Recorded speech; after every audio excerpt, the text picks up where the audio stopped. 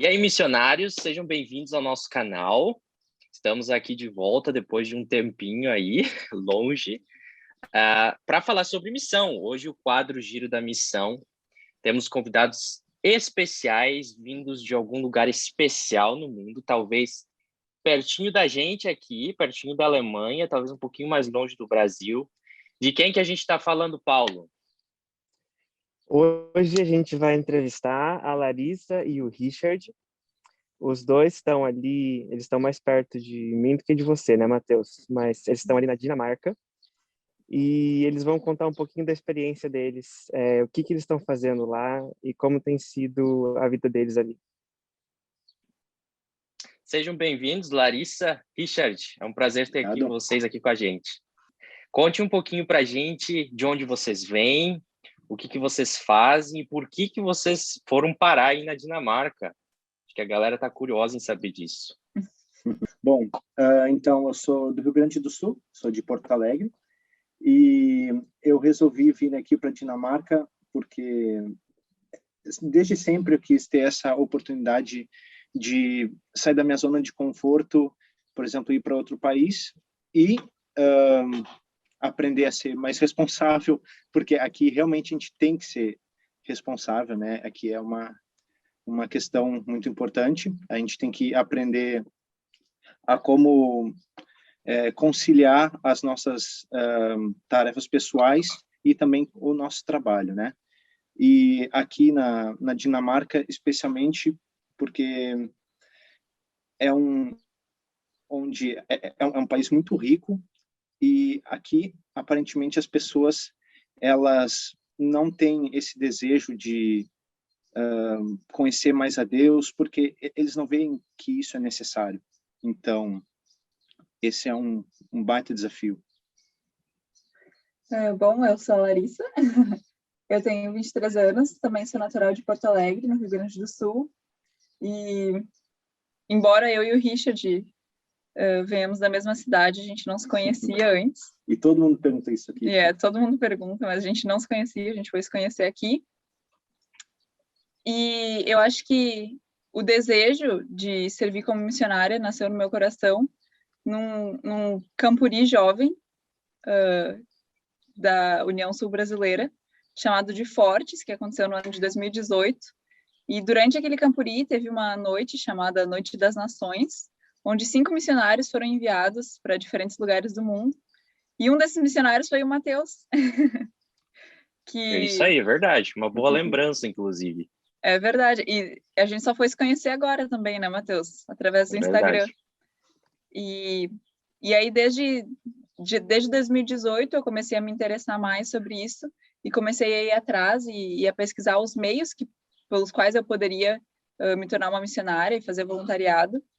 E, enfim, né, descobri o Adventist Volunteer Service, ou Serviço Voluntário Adventista. E estou aqui, né? Eu e o Richard chegamos na metade do ano passado. E é um baita desafio, realmente, como o Richard falou. É uma cultura onde a igreja é bem diferente do que a gente está acostumada no Brasil, né? A fé é algo muito mais pessoal. E isso se torna um desafio, não só na rotina com os alunos, mas também quando a gente vai falar de Jesus para eles. Vocês dois estão aí, então, pelo Serviço Voluntário Adventista. E qual é a função específica de vocês aí, então? É um internato adventista onde vocês estão, né? Isso, nós estamos numa escola, num internato de ensino fundamental e médio, chamado de Vejlefjord Skolen. E a nossa função aqui seria Assistant Dean, ou assistente de preceptor. No caso, o Richard é assistente dos meninos e eu trabalho com as meninas, né? Mas conta pra gente aqui, o que foi mais difícil para vocês nesse processo, principalmente de adaptação, né? A gente está falando de um contexto secular, pós-moderno, que é a Europa. Qual foram as dificuldades que vocês encontraram quando vocês chegaram no campo missionário e se depararam com essa realidade? É difícil segurar as nossas expectativas, né? Por exemplo, é um país completamente novo, que a gente não sabe muito sobre a cultura, como que vai funcionar, como que a escola, quais são as regras, o que é permitido na escola, o que não é. Então, quando a gente chega aqui na escola, a gente tem um senso de, por exemplo, a gente tem uma expectativa de como que as nossas escolas no Brasil, elas funcionam. E quando a gente chega aqui, é completamente diferente. É bem mais liberal. Então, esse eu diria que foi o maior choque aqui. Diria que o primeiro mês inteiramente foi assimilar, o mais difícil foi assimilar como que a escola funciona e o que as pessoas aqui pensam. Eu acho que para mim, especialmente, porque eu só consegui vir 2 meses depois. Então, quando eu cheguei, o pessoal todo mundo já estava adaptado, já estava, né, acostumado com a rotina, os voluntários já tinham entendido como tudo funcionava, e eu tive que chegar e no meio de tudo isso, começar a me entender e a entender a cultura, e a gente muda muito, né, quando a gente viaja, assim, e se imerge num novo país. Então, eu precisei também começar a entender quem que é a Larissa a partir de agora, né? Conhecer medos que eu não sabia que eu tinha. O nosso trabalho, ele se dá exclusivamente com os 3 últimos anos do ensino fundamental e com os 3 anos do ensino médio, né? Porque esses são os alunos internos, os boarding students. Então, é com eles que nós trabalhamos. E o inglês dos alunos do ensino fundamental nem sempre é muito bom, né? Porque eles ainda estão na fase de aprendizagem, ainda estão desenvolvendo a prática da língua, e algumas vezes eles não sabem se comunicar em inglês, e aí a gente também não sabe muito bem se comunicar em dinamarquês, então acho que fica esse desafio, sabe?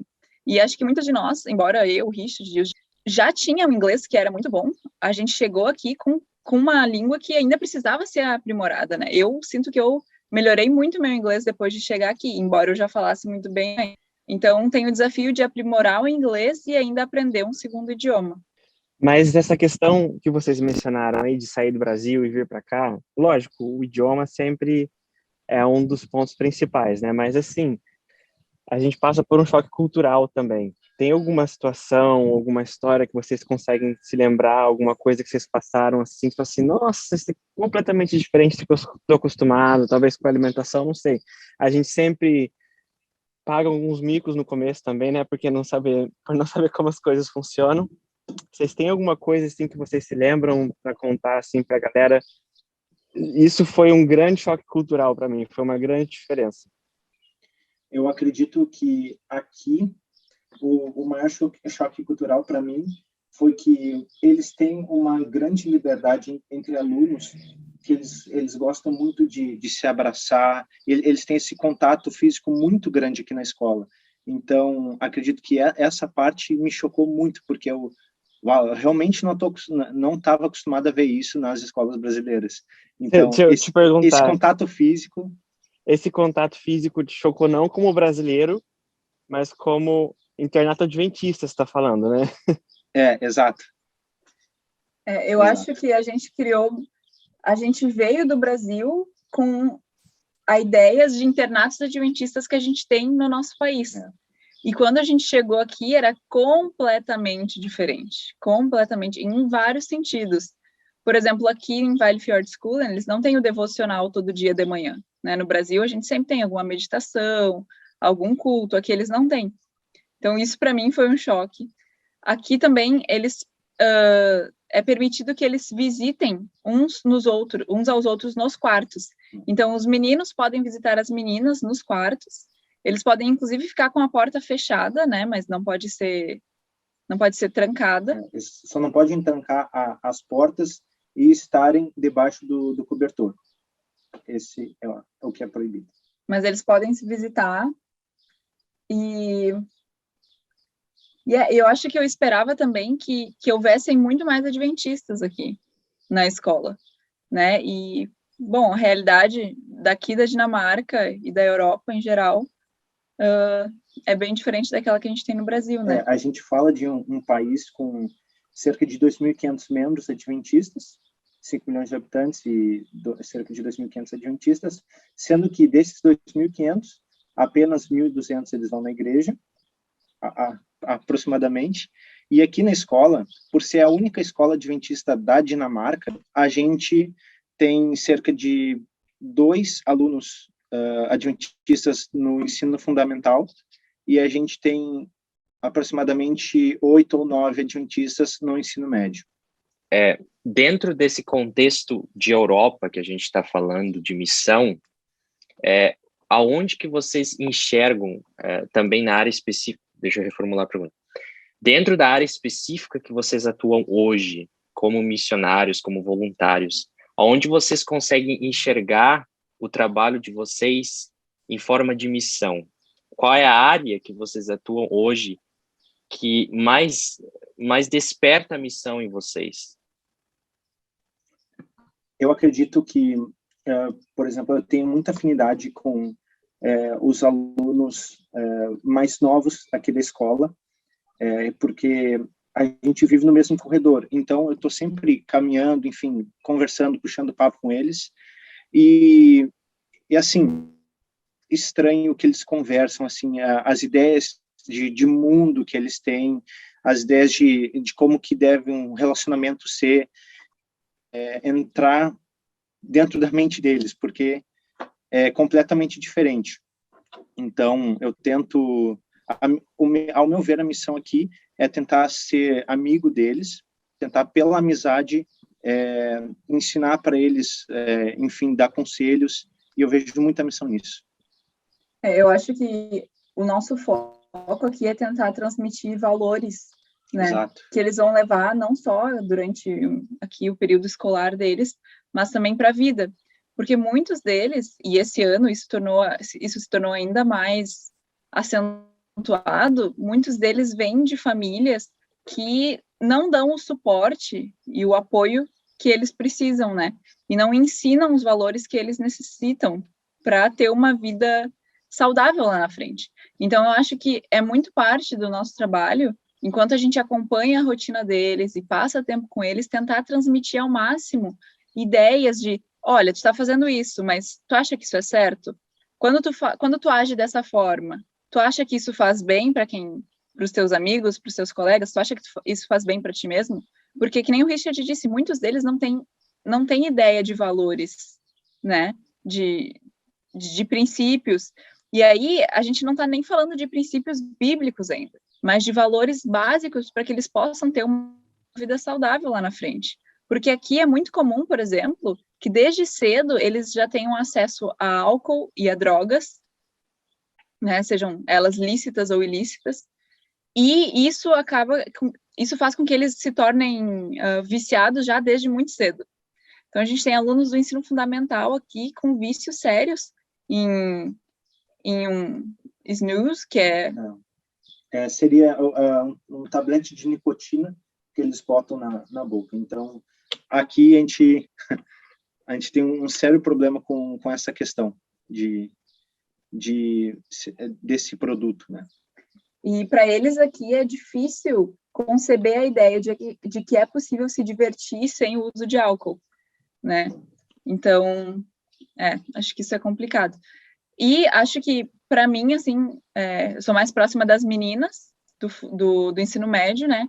E acho que o que elas precisam, especialmente agora, especialmente as meninas do último ano, que elas estão, né, prestes a sofrer uma mudança de vida, né? Sair da escola, iniciar a faculdade. Algumas não sabem bem o que elas querem fazer, então elas vão tirar um ano, assim, mais de folga para tentar, né, se descobrir o que elas gostam.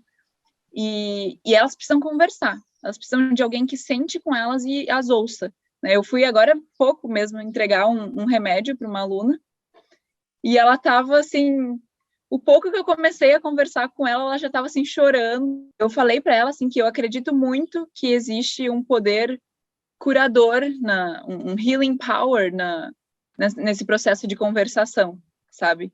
E eu acho que isso, para mim, pessoalmente, é um dos meus propósitos aqui em Valley Fjord School.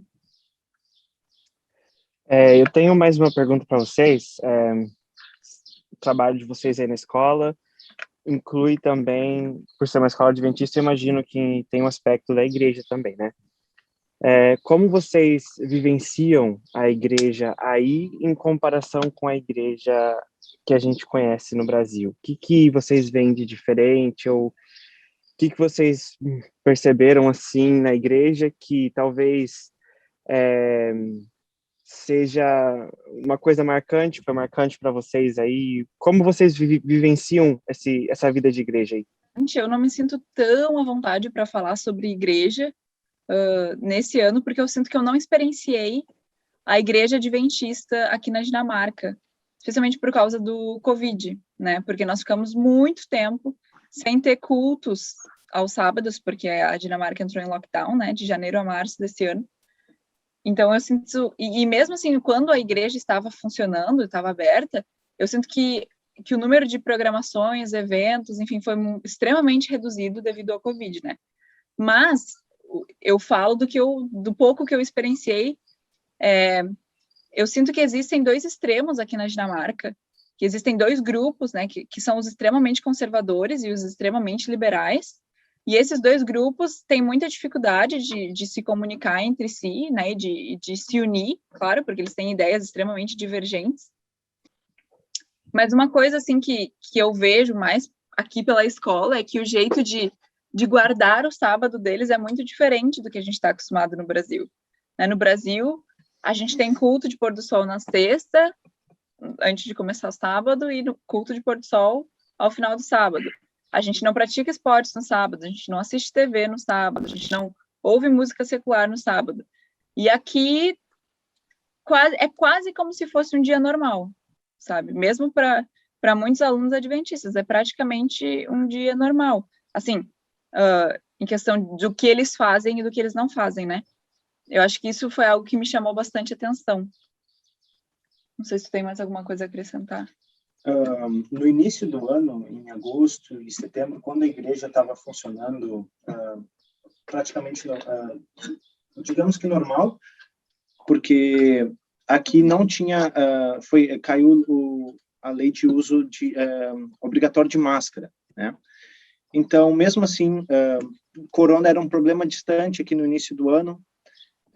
Em agosto e setembro ali, depois começou a piorar gradualmente. Foi quando eu cheguei, né? Então eu não vivi esses dias de glória no início. E mesmo assim eu não senti a hospitalidade aqui na igreja, assim como é no Brasil.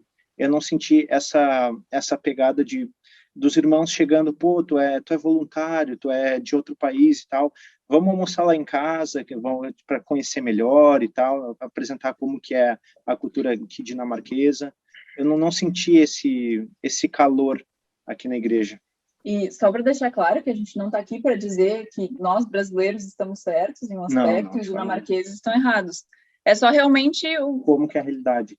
Um choque, né, que nós tivemos quando a gente chegou aqui na Dinamarca, né? Porque é uma realidade diferente daquela que a gente está acostumado. Mas não necessariamente nós estamos certos, eles estão errados e vice-versa.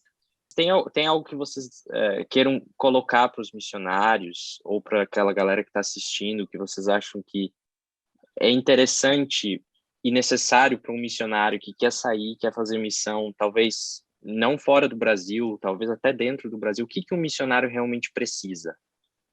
Em 1 minuto. Eu acho que, em primeiro lugar, o missionário precisa ter o senso de que ele é extremamente dependente de Deus.